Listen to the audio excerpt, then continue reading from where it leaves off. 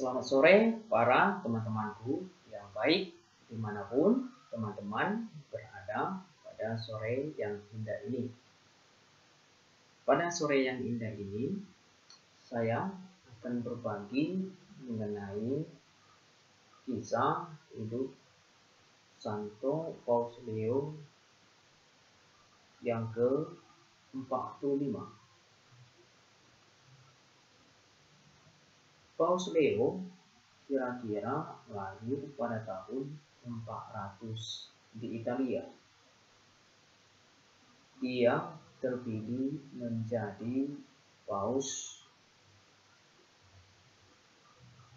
Ketika dia menjadi paus, gereja mengalami kesulitan, bisa dikatakan yang cukup luar biasa, di mana ajaran-ajaran sesat baik di luar gereja maupun di dalam gereja selalu muncul untuk berusaha menyesatkan umat Kristiani. Oleh sebab itu, Paus Leo berusaha dalam ajaran-ajarannya yang cukup terkenal untuk meluruskan ajaran-ajaran yang benar mengenai kekristenan.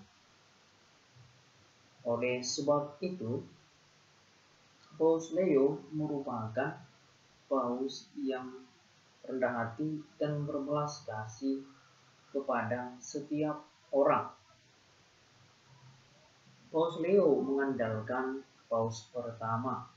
Itu bisa kita lihat di mana dia selalu melakukan devosi kepada paus pertama tersebut, yaitu Santo Petrus. Dia selalu berdevosi kepada Santo Petrus, makanya dia berusaha dapat berpikir untuk mengajarkan jalan yang benar kepada umat Kristiani tersebut. Paus Leo merupakan paus yang andal dalam pengajarannya. Tetapi Paus Leo ini, seperti yang saya katakan tadi, mengalami kesulitan karena ada ajaran-ajaran sesat baik di luar gereja maupun di dalam gereja. Maka orang-orang yang membuat ajaran sesat itu, Paus Leo mengucilkan mereka. Tetapi walaupun demikian, ketika ada rasa penyesalan atas ajaran-ajaran orang tersebut yang melakukan itu, Paus Leo pun menerima orang tersebut. Tetapi yang paling mengagumkan dari kisah serta teladan dan karya Paus Leo pertama ini, yaitu di mana dia menghampiri Attila, yaitu seorang berbangsa Hun yang dikenal yaitu barbar, di mana Attila dengan pasukannya akan menyerang Roma. Maka bangsa Roma mengalami ketakutan, kekhawatiran akan Attila serta pasukannya ini. Dalam kecemasan itu, yaitu bangsa Roma pasti memiliki imajinasi bahwa bangsa Hun ini serta pasukan Attila itu akan membinasakan mereka jikalau pasukan Attila ini memasuki Roma. Tetapi untuk mengatasi serta mengantisipasi terjadinya peperangan, yaitu Paus Leo menghampiri Attila dengan menggunakan kuda, yaitu berjarak 300 km, 320 km jauhnya. Ketika mereka berbicara, berdiskusi untuk berdamai dengan Attila tersebut, di mana Attila melihat kerendahan hati Santo Paus Leo yang pertama ini. Attila lebih mudah menghadapi orang-orang yang gagah serta berani menghunus pedang. Tetapi Attila tersentuh oleh kerendahan hati serta belas kasihan dari Santo Paus Leo yang pertama ini, di mana mereka berbicara dan berdiskusi untuk syarat-syarat perdamaian. Paus yang rendah hati itu meminta agar Attila jangan memasuki Italia dan membinasakan masyarakat yang ada di Italia tersebut. Ketika berdiskusi, ketika bermusyawarah, Attila melihat dua sosok besar, yaitu jika diinterpretasikan umat, yaitu Paus pertama, Santo Petrus, dan Paulus. Di samping Paus Leo ini ketika berbicara serta bermusyawarah dengan Attila, itu ditafsirkan umat Kristiani bahwa itu adalah tokoh yang besar itu seperti Paulus dan Santo Petrus yang melindungi Paus Leo pertama ini untuk menghadapi Attila.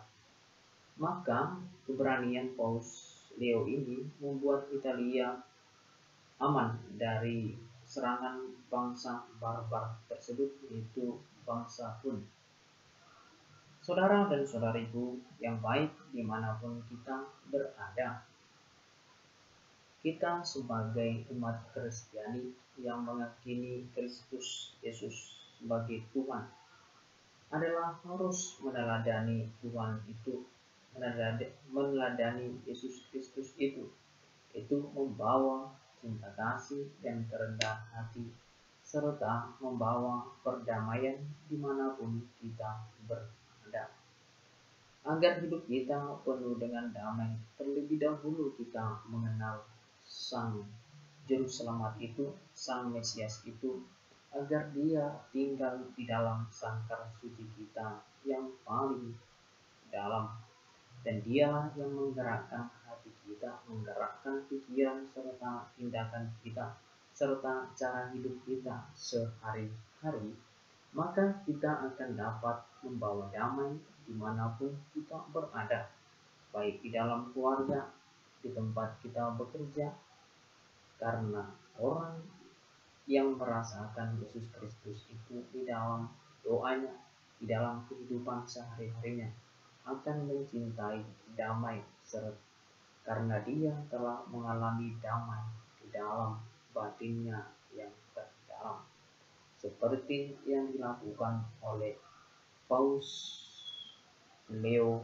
yang pertama, membawa damai bagi